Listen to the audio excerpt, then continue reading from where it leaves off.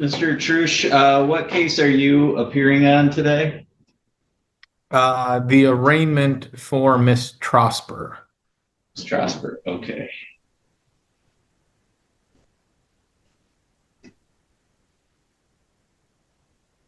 Mr. McFalda, I know that Jennifer contacted the jail. I don't see them connected. Can you give them a buzz really quick? Sure, I will right now. Thank you.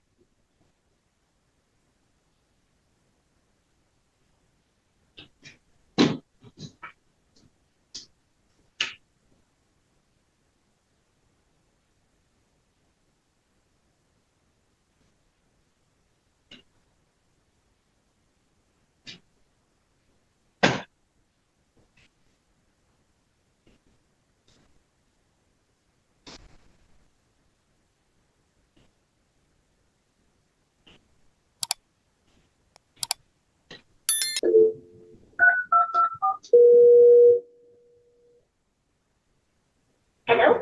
Hey, I refreshed the schedule viewer, but I'm still not seeing the Seagull case. Oh, geez, that would be because I didn't put it in. Okay. I'll do it right now. I'm sorry. No, you're good. We still have to do this other arraignment, so. I'll get it done. Okay. 2 minutes. Thank you. Thank you. Bye. Bye.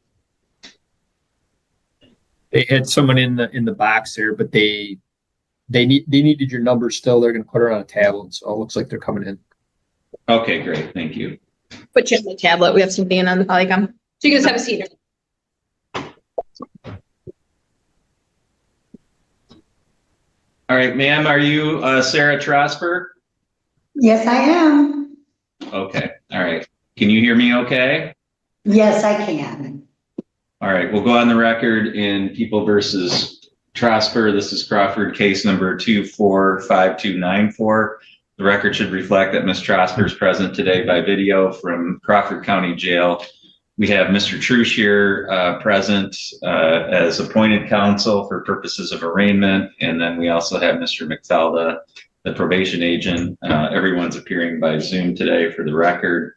Ms. Trosper, you're before the court on 2 alleged probation violations today. Do you understand why you're before the court? Yes. Mr. Trush, did you have an opportunity to speak with Ms. Trosper? I did. I spoke to her yesterday when she was arraigned on the underlying charges that form the basis for the violations. Additionally, I spoke to her over the lunch hour today. We'd be prepared to waive a formal reading of those allegations and stand mute to the charges. She has been approved for counsel, and Mr. Thompson will be appointed on this matter as he was in the matters yesterday, and we would like to address bond. Okay, so the court will enter a not guilty plea on behalf of Ms. Trosper with regard to both the alleged violations in this case. And Mr. McFalda, in terms of bond, do you have any recommendations? Judge, just that I know she posted her bond already on the underlying cases. I think it was $1,000 on each file. There is some potential violation behavior that I haven't charged yet, as she picked up 2 R&O charges at her arrest. I have to get more information before I go forward or decide to go forward with any further violations. But Judge, at this time, I just defer to the court, Judge. I just think a low cash bond would be appropriate. All right. Given the nature of Ms. Trosper's underlying charges in this case and the fact that she's already posted bond in the underlying cases, the court finds that that's sufficient. Has she had any trouble, Mr. McFalda, have you had any trouble keeping contact with Ms. Trosper at all? No, Judge. Okay, so I'm not concerned about Ms. Trosper's appearance at future hearings, and I think a PR bond is sufficient then to ensure that. So the court will set a personal recognizance bond on the violations of $1,000. The court will include all standard conditions of bond and all conditions of probation as the conditions of that bond. And then the court will set this for hearing. Mr. Trush or Mr. McFalda, I mean, did we want to set this out a little bit, given that the violations are based on underlying charge conduct? I would think so, Judge. And I would indicate, I don't think that would be prejudicial in any way because, again, she has posted the bond, so I don't expect she's going to remain in the jail. And given those circumstances, it does generally make sense for the underlying charges to work their way through before we address the violation. Okay, and it looks like at least one of the underlying charges, at least, and it sounds like perhaps more if there's RNOs that are going to be added, will be felony charges. So I'm going to set this 60 days out to give the case an opportunity to be found over to circuit court if it gets that far, and then we'll have a better idea. So the court's going to set this for hearing in 60 days. So Ms. Trosper, between now and then, again, it's a PR bond, so you don't have to post any money to be released on the probation violation, but you're going to continue to be subject to all terms and conditions of your probation, and you need to make sure that you stay in touch with Mr. McFalda. Otherwise, we may, things may change and you may have to be remanded to jail. So does she need to touch base with you today, Mr. McFalda, or have you already made those arrangements? I've already talked to her this morning and we're all set. Okay. Ms. Trosper, do you have any questions at all? No, sir. Okay. All right. Thank you. That's all for this hearing today, and all parties on this case are free to disconnect at this time. The courtroom grew tense as a defendant appeared by video from jail, facing multiple felony charges including fleeing police and damaging a patrol vehicle. While the defense pointed to strong community ties and mental health struggles, the prosecution warned of escalating behavior and public safety risks. After weighing both sides, the judge ruled that the situation required strict conditions and a high bond.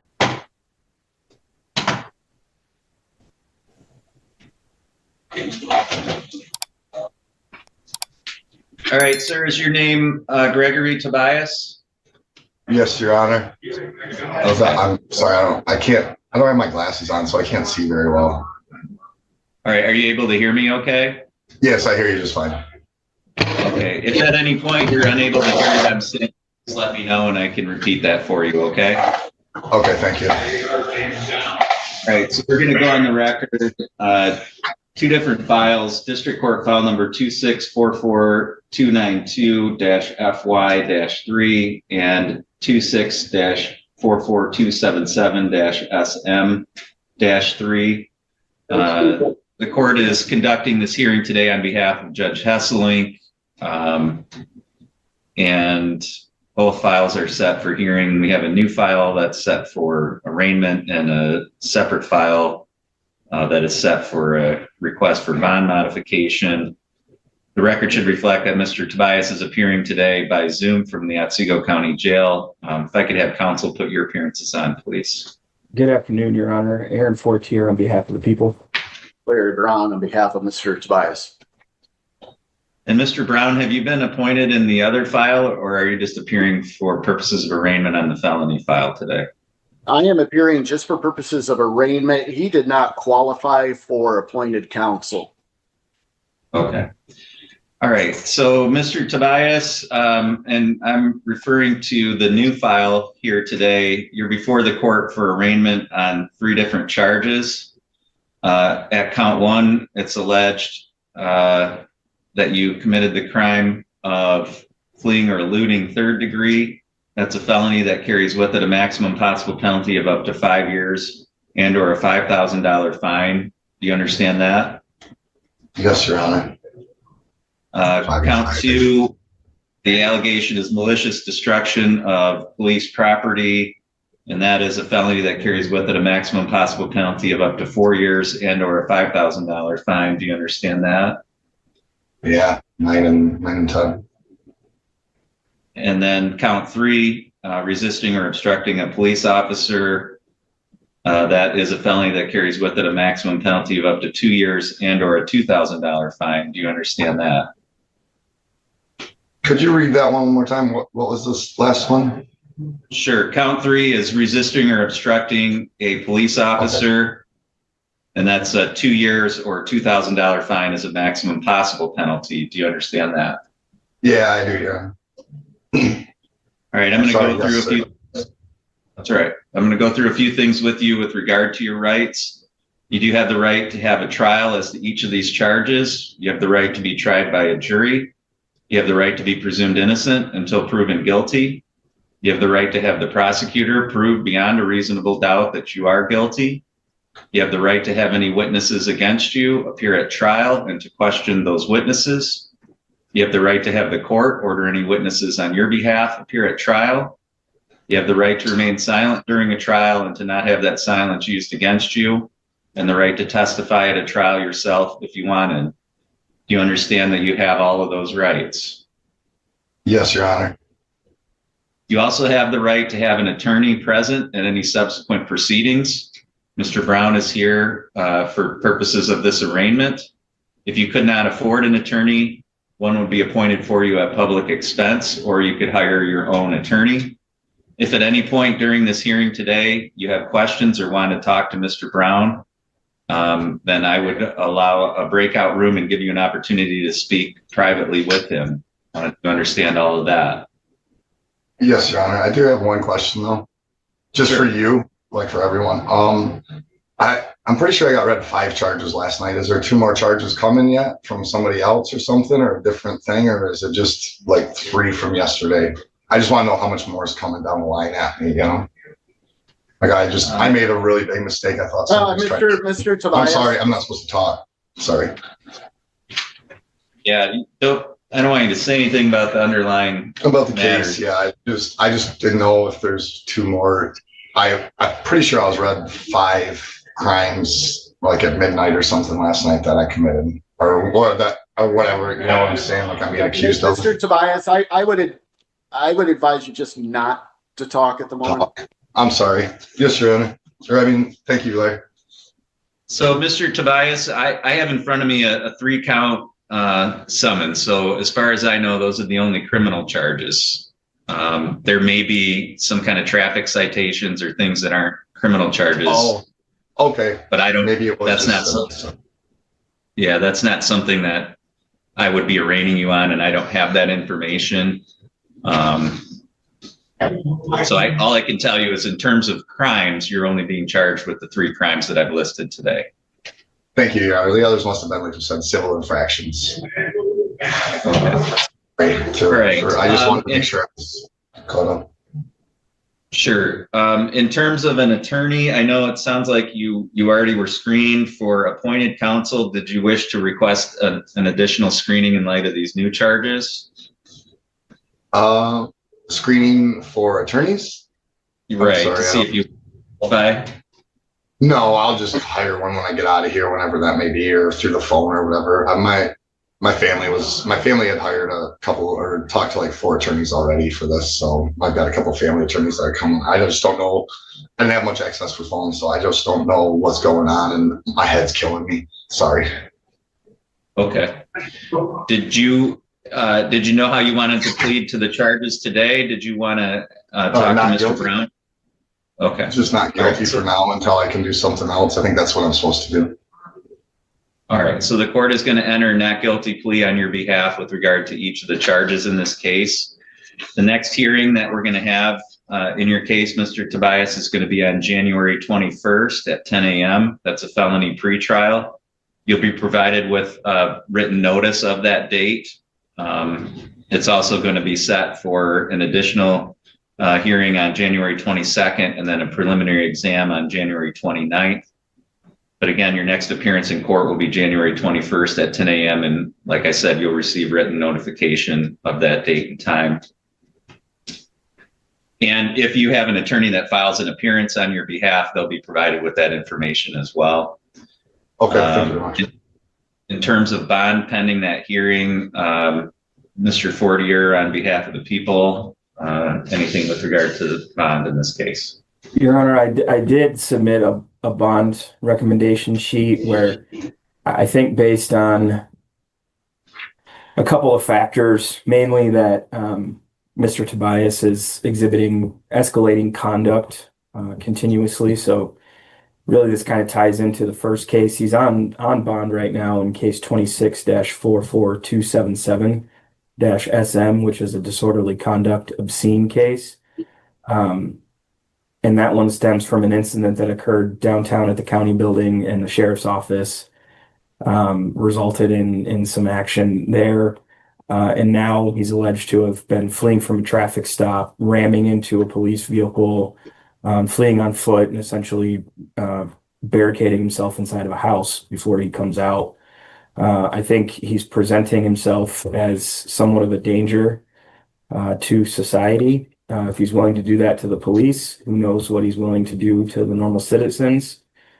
So I think based on that, I am requesting a higher than normal bond of 50,000 cash or surety.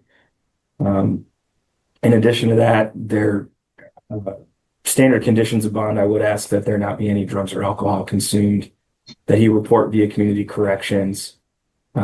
He's already got a couple of PPOs against him, but just reiterating no possession of any firearms, no purchase of firearms.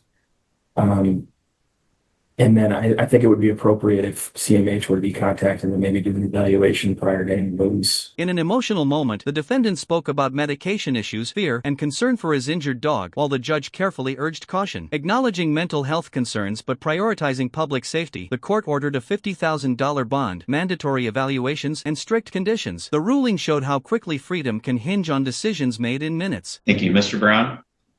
Your Honor, I was there for Mr. Tobias's arraignment last week on the misdemeanor charge. He's 46 years old. He is a lifelong resident here, fourth generation. He does have a wife and kids. There was no alcohol or drugs, to the best of my knowledge, involved in any of this. I'm not going to go into great detail about my conversation with him, but there are clearly some mental health issues that he is struggling with right now, and he does acknowledge that. He does have a therapist that he is currently seeing. He advised me he has taken medications. They're giving him something in the jail, but I want to ensure, especially with seeing a therapist and having regular prescriptions, that he's getting what he needs. And I think that is one of the biggest issues here. I don't hear anything about a criminal history, given his age and his relative lack of criminal history. I would ask the court to focus on something as far as mental health goes. I'm not opposed to a CMH evaluation. Hopefully they can get him some help here. Could I speak, Your Honor? Yep. Again, you may want to just make sure that you follow your Mr. Brown's advice and not say anything about the facts of what happened, because anything that you say here could be used against you later. So, but yes, absolutely, you can, whatever you'd like to say. I would like to go see my therapist, and they don't have my right meds here. Like, it's an old script. They doubled up the one, which they can just give me 2 of that pill, my wife said, or maybe 3. I don't remember. But my dog also caught on fire, and I just really, we had 2 dogs that were in the truck with me when this all went down, and I just really want to go make sure my dog's okay, like really bad. Like, I will be good. I've never been violent. I don't believe in violence. I don't believe in, I make people want to punch me, but I don't want to hurt anyone. My uncle was murdered, and I made some mistakes. I thought people were trying to hurt me. Mr. Tobias, again, I'm going to caution you about going into anything that might have happened or not. I just want to go see my dog. My dog. I'm sorry. Okay. All right. Mr. Tobias, there's a number of things that the court has to take into consideration when it's making a decision about the type of bond and the amount of bond. There are some things that I think are working in your favor in this case: your lack of a significant prior criminal history. You have significant ties to the community. The court doesn't have any concerns necessarily that you wouldn't appear for future hearings based on your ties to the community. There are some things working against you. The fact that you were on bond for a disorderly offense at the time that these offenses occurred, and that happened relatively recently, gives the court cause for concern regarding public safety. The fact that this did involve fleeing and eluding, and at least allegations of some evasive and potentially assaultive conduct in terms of ramming a police vehicle or causing damage to the police vehicle. Those are things that give the court concern for public safety.